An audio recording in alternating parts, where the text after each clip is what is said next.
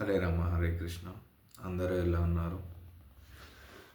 నా సంకల్ప యాత్ర భాగంగా నేను ఒక శ్లోకం. మనం ఇప్పుడు భగవద్గీత 1వ చాప్టర్ 16వ శ్లోకంలో ఉన్నాం. శ్లోకం ఇలా చెప్పబడుతుంది: అనంత విజయం రాజా కుంతిపుత్రో యుధిష్ఠిర నకుల సహదేవస్క సుగాసో మణి పుష్పకావు. ఇక్కడ ఈ శ్లోకంలో పెద్దగా చెప్పబడింది ఏం లేదు.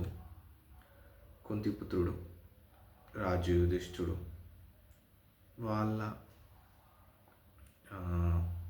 యుద్ధ శంఖం అనంత విజయాన్ని యుద్ధ శంఖాన్ని మోగించారు.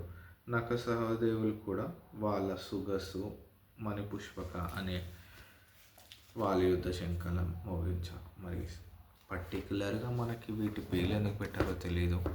వీటికి కూడా పెద్ద మీనింగ్ ఏం లేదు.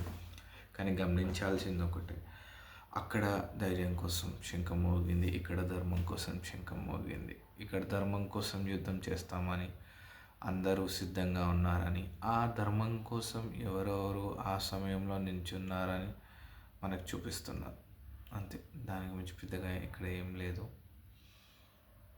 మరునాడు మరు శ్లోకంతో కలుద్దాం. హరే రామ హరే కృష్ణ, హరే రామ హరే కృష్ణ.